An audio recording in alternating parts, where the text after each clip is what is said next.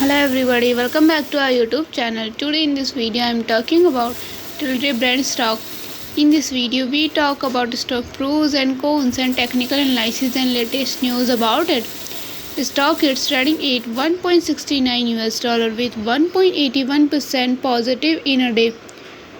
We can see stock was volatile for a day. The volume of stock was recently at all-time high, so the fundamental stock is not better for today. Before buying and selling the stock, please consult your financial advisor. Today's video is done. Thanks for watching. Please subscribe my YouTube channel, like the video and also comment or related queries.